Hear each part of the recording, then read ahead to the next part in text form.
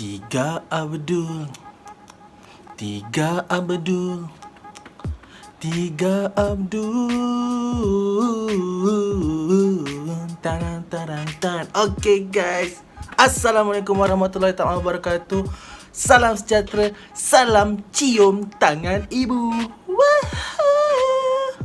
Okay guys, kau dah dengar lagu yang aku nyanyikan tadi? Kau dengar kan?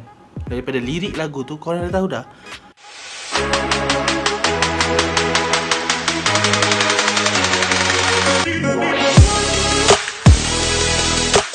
Filem Tiga Abdul pada tahun 1964. Aku nak bercerita kat korang. Cerita Tiga Abdul. Kenapa Tiga Abdul?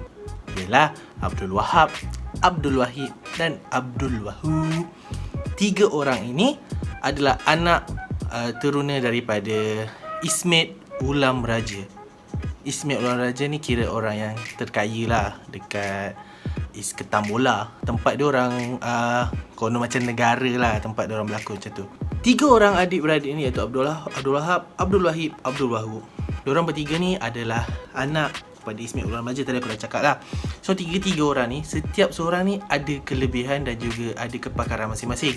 Abdul Wahab ni dia suka pada binatang, Abdul Wahid dia suka kepada mengukir macam tu lah.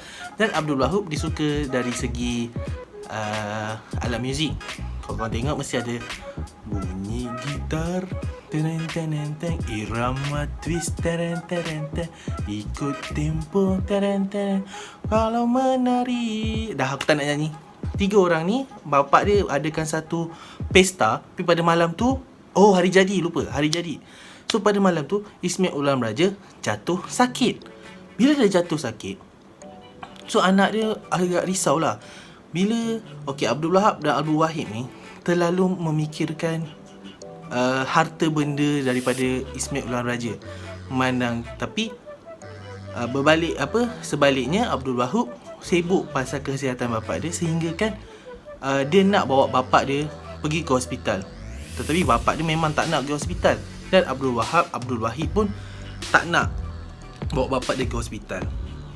Tapi bila bapak dia dah meninggal, bapak dia sempat sebut nama Abdul Wahab, Abdul Wahid, tapi tak sempat sebut nama Abdul Wahub. Abdul Wahab dan Abdul Wahid dah sibuk cerita pasal harta benda apa semua.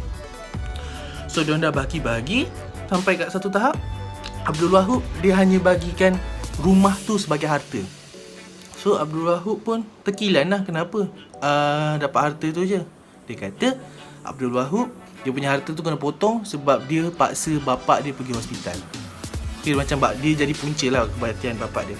So habis dekat situ, Abdul Wahub dia putuskan persaudaraannya dengan abang dia iaitu Abdul Wahab dan Abdul Wahid. Settle kat situ, kita masuk kepada watak Sadiq Segaraga yang dibawa watak oleh Ahmad Nisfu.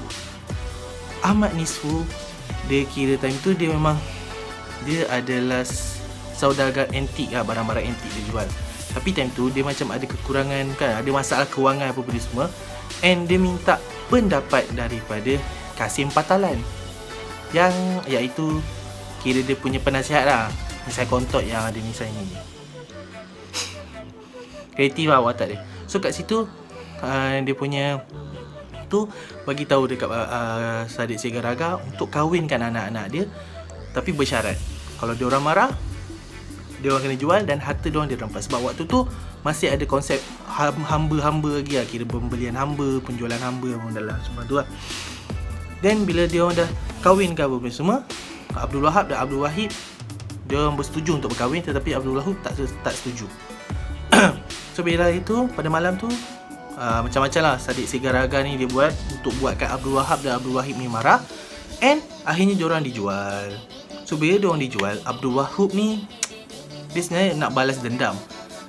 Dalam masa dia tidur tu, datang satu wahyu, mimpi lah. Bapak dia kata untuk jumpa dengan